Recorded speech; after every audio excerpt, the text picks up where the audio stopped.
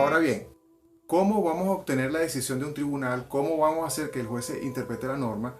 Eso está establecido en un principio fundamental que está en el artículo 257, que es el proceso, es decir, las normas procesales. Las normas procesales es lo que nos indica a nosotros cómo hacer realidad la justicia.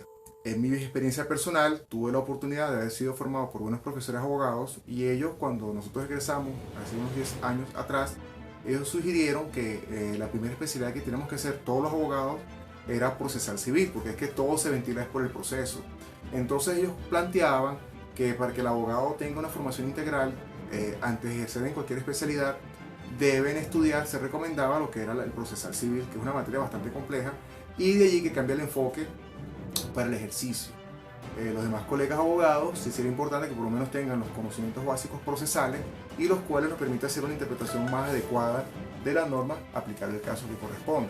En este sentido, las normas procesales o el derecho al proceso está en el artículo 257 de la Constitución, que establece lo siguiente. Artículo 257. El proceso constituye un instrumento fundamental para la realización de la justicia. Las leyes procesales establecen la simplificación, uniformidad y eficacia de los trámites y adoptarán un procedimiento breve, oral y público. No se sacrificará la justicia por la omisión de formalidades no esenciales. Entonces, en resumen, las leyes procesales o los códigos de procedimiento, los códigos procesales, son los instrumentos fundamentales con los cuales se hace realidad la justicia. Y la justicia se va a construir en base al criterio legal, que es la ley, y los criterios auxiliares, que son la jurisprudencia, la doctrina, los principios generales del derecho y la equidad, más lo establecido en el artículo 12 del Código de Procedimiento Civil, que el juez tiene por norte de sus actos la verdad, debe fundar su decisión en base a la ley, a lo alegado y probado en auto, a no suplir excepciones o faltas no alegadas por las partes que contienen el expediente, y puede fundar su decisión en la experiencia común o en las máximas de experiencia. Esas son las bases fundamentales que tenemos que invocar los abogados litigantes y en general los abogados para que obtengamos una decisión, una jurisprudencia justa y acorde a derecho, y que entonces la garantía de los derechos fundamentales de los contribuyentes en nuestro caso y de las personas en general, y la garantía de las normas y principios fundamentales de la Constitución de la República Bolivariana de Venezuela.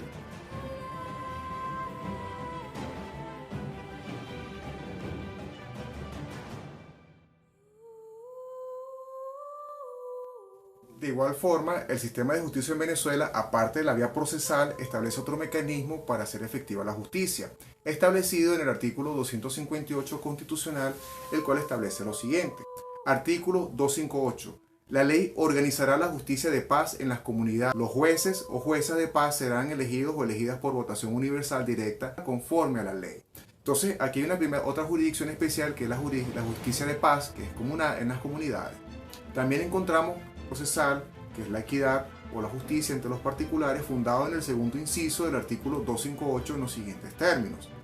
La ley promoverá el arbitraje, que es una forma de autocomposición procesal para no acudir a la jurisdicción o a los tribunales, la conciliación, que es una reunión entre las partes, la mediación y cualquiera otro medio de alternativa distinta que no da satisfacción de obtener justicia, siempre y cuando se actúe dentro del marco de los principios constitucionales del Estado Social de Derecho y el sistema de justicia que está en Venezuela.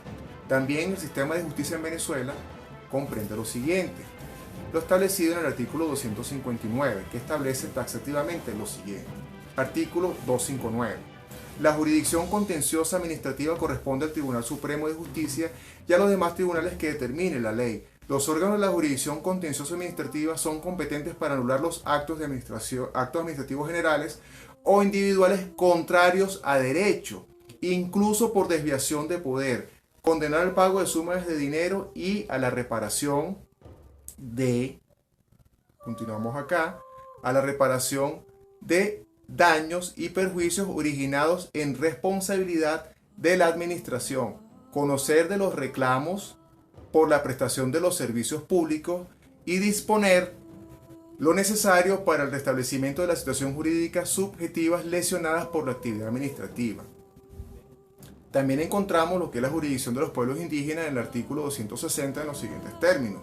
Las autoridades legítimas de los pueblos indígenas podrán aplicar en su hábitat o en su territorio instancias de justicia con bases en sus tradiciones ancestrales y que solo afecten a sus integrantes según sus propias normas y procedimientos, siempre que no sean contrarios a esta Constitución, a la ley y al orden público.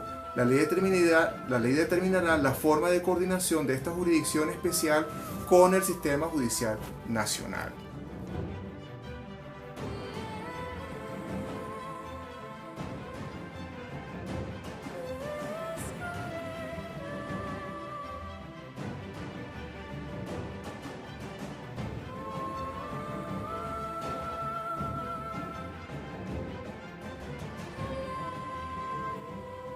También en el sistema de justicia encontramos lo que es la jurisdicción penal tribunal en el artículo 261 de la Constitución en los siguientes términos. La jurisdicción penal militar es parte integrante del Poder Judicial y sus jueces o juezas serán seleccionados o seleccionadas por concurso. Su ámbito de competencia, organización y modalidades de funcionamiento se regirán por el sistema acusatorio y de acuerdo con lo previsto en el Código Orgánico de Justicia Militar. La comisión de delitos comunes, violaciones de derechos humanos y crímenes de lesa humanidad serán dados por los tribunales ordinarios. La competencia de los tribunales militares se limita a los delitos de naturaleza militar. La ley regulará lo relativo a las jurisdicciones especiales y a la competencia, organización y funcionamiento de los tribunales en cuanto no esté previsto en esta Constitución. Y ahora vamos a entrar a analizar brevemente lo que son las bases de cuál es el órgano principal que administra justicia en el Poder Judicial en Venezuela, que es el Tribunal Supremo de Justicia.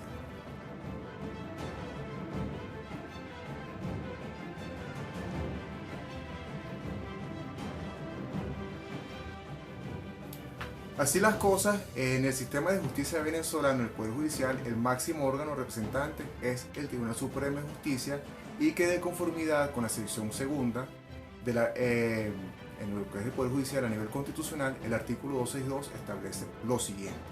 Artículo 262.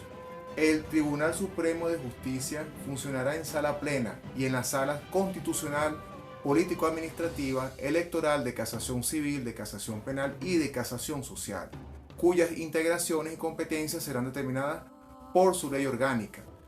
La sala social comprenderá lo referente a la casación agraria, laboral y de menores. Es decir, ahí tenemos la estructura orgánica del Poder Judicial, que el máximo ente en Venezuela es el Tribunal Supremo de Justicia, y como ya hemos estado analizando, va a hacer la interpretación de la norma aplicable al caso en concreto o la interpretación emanada por el Poder Legislativo en Venezuela, en este caso la Asamblea Nacional, y va a dar la solución al conflicto que han planteado las partes que han acudido a la jurisdicción, a los tribunales en las diferentes especialidades, para dar solución a la controversia que se presentaron entre ellos en cuanto a la reclamación de derechos.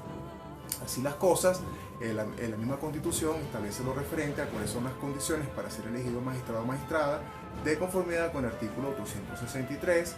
El artículo 264 de la Constitución establece cómo es la forma de elección de los magistrados que integren el Tribunal Supremo de Justicia. El artículo 265 de nuestra Carta Magna de la Constitución establece cuáles son los casos en los cuales pueden ser removidos los magistrados, específicamente los que están allá, y el artículo, que es nuestra materia objeto de estudio, nos indica cuáles son las atribuciones del Tribunal Supremo de Justicia, que entramos enseguida.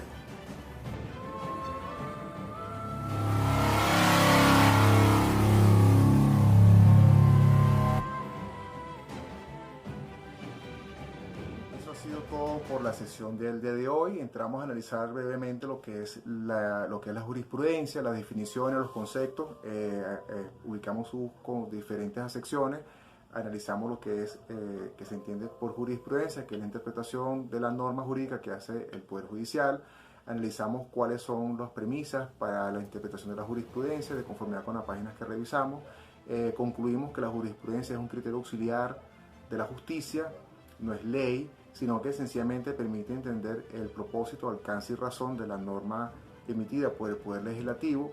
La interpretación que haga la ley, el órgano jurisdiccional, en este caso los jueces, debe cumplir con los requisitos de que la persona sienta que le ha sido lesionado un derecho fundamental o que la actuación de la aplicación de la ley no está conforme a lo que se considera el Estado social, derecho y justicia o el debido proceso.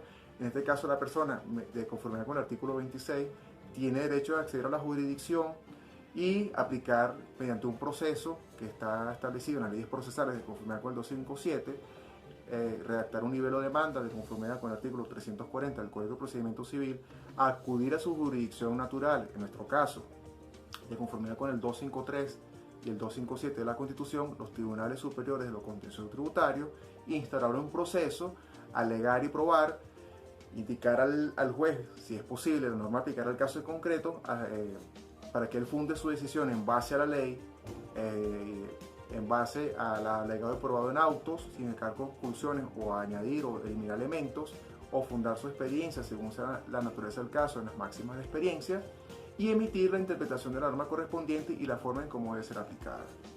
Eso en líneas generales lo que hemos estudiado el día de hoy. Seguiremos más adelante con más información y espero que haya sido del conocimiento de ustedes un aporte valioso y les deseo un excelente fin de semana. Hasta luego.